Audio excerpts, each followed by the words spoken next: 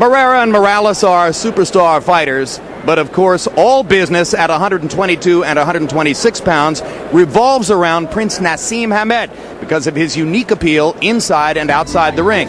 It can't be a happy circumstance for those fighters to hear Naz say he's getting better as he learns to box. It was a big joke.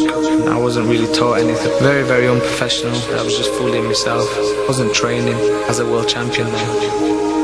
After a lackluster win over Wayne McCullough in October 1998, Naseem Hamed effected a publicized, bitter split with trainer Brendan Ingle. Naz had grown tired of the way his career was handled by his lifelong mentor. Just imagine walking in the gym every day, basically, and just doing whatever you wanted. Just, wrapping your own hands, going on a certain bag, going on the pads, doing the same repetition on the pads, sparring to the body. And I was just training without nobody's advice, nobody's guidance, nobody's training methods. In came Oscar Suarez, and immediately he recognized the confusion and lack of discipline in the champion's corner. He couldn't believe how Naseem used to train. He used to walk in the gym when he wanted, train whatever time he wanted. We really didn't have a set program. I knew the minute I started training him that he definitely need to be trained in a different way. The way he day train him and this and that, I seen amateur trains better than that. He never did a sit-up, he never did a pull-up, he never did any proper running. Oscar brought all that really to the table. Suarez went to work on the out-of-shape champion's strength and endurance. He then turned to basic technical flaws, subject to criticism throughout Hamed's career.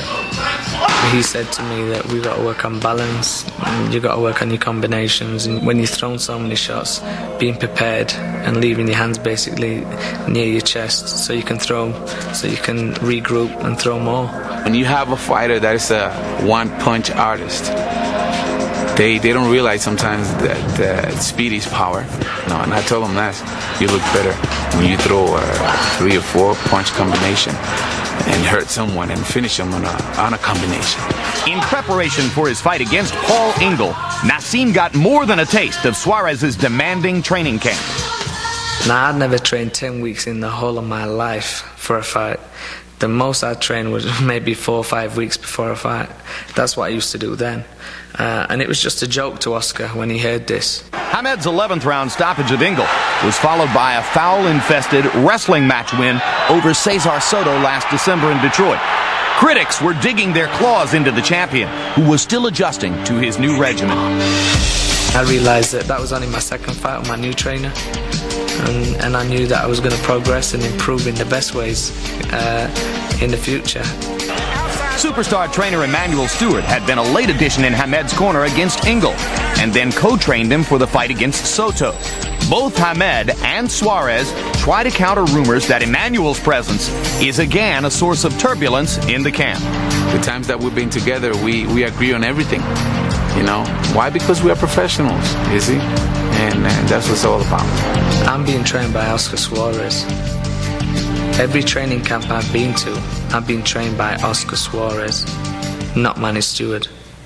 Against Buyani Bungu last March, Stewart and Suarez took turns counseling the fighter between rounds of Hamed's convincing 4-round knockout victory. For the Bungu fight, I trained unbelievable and everything just clicked. I boxed great.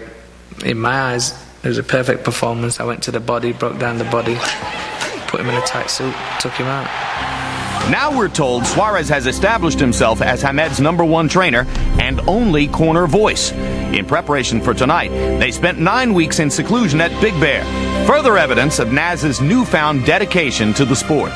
The only thing a fighter can think about is basically becoming victorious and finding out the best way of doing his job, and to be single-minded and to be focused on what he's doing.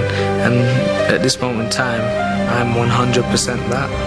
Whether Oscar Suarez has successfully eliminated the flaws that Hamed himself claims were removed after the McCullough fight remains to be seen.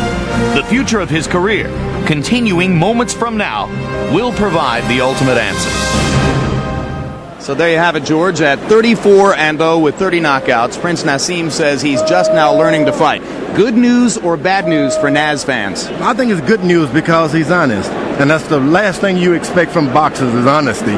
if he's learning and he's telling the truth, that means that the other fighters are going to be in a lot of trouble for a long time. Well, we shall see. There are plenty of big fights on the table if Naz can arrange to take them somewhere down the road. And Larry Merchant, Augie Sanchez comes in here after so many people turned down the fight. Marco Antonio Barrera and Derek Morales, noteworthily, neither of them really ready to take this fight so quickly after their huge war in February. There were at least 4 other better-known fighters who turned down the opportunity to be here. So here comes Sanchez.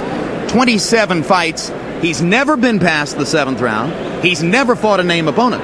Is there any chance he can be competitive with Naz here? Jim, the first thing that comes to mind is that the other day he had to show identification in order to get into a casino. You have to be 21 here to get into the casinos. The appearance of this fight is that it's a kind of tune-up for another Prince tune-up. But just in case the challenger turns out to be competitive, here's why it would have happened. He was a top amateur. He beat Diego Corrales, the 130-pound champion who's unbeaten. He beat Floyd Mayweather Jr. in one of their 4 fights, another 130-pound champion, as an amateur. So he's got some stuff going. He can punch a little bit. Just as well that he hasn't gone all those more than 7 rounds because he's taken guys out. That can't count against him. Further than that, he is called Kid Vegas from Las Vegas. Maybe he'll get lucky. He once did get lucky. As a 9-year-old in a boxing tournament, there was another 9-year-old who was a round card girl. That 9-year-old, named Dawn, turned out to be his wife. That's a long shot. Yeah, but they're total favorites together now. And here's the tail of the tape for Augie Sanchez against Prince Naseem Hamed. You can see that Sanchez is 22 years old and a young-looking 22. That's why he got carded to get into the casino. 2 inches in height advantage, 3 inches in reach advantage. They weighed in at 126, and once again, the local commission here does not allow us to weigh the fighters in their dressing rooms before the fight, so we can't tell you how much weight they've gained since yesterday's weigh-in. Punch that numbers, Larry. Hey, look at their activity. You can see Sanchez throws many more punches. What we have noted in the past is that fighters who threw a lot of punches when they fought Hamed would be reduced to half as many punches or so.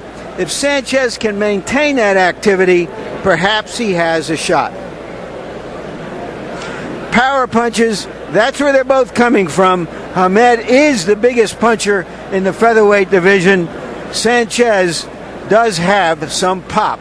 And rules of the bout from Kid Orangeburg, New York, Harold Letterman. The Prince Naseem Hamed Augie Sanchez fight is scheduled for 12 rounds using the unified rules of the Association of Boxing Commissions. There is no standing 8 count, no 3 knockdown rule. Only the referee can stop the fight, and you cannot be saved by the bell in any round, including the 12th and final round. Jim.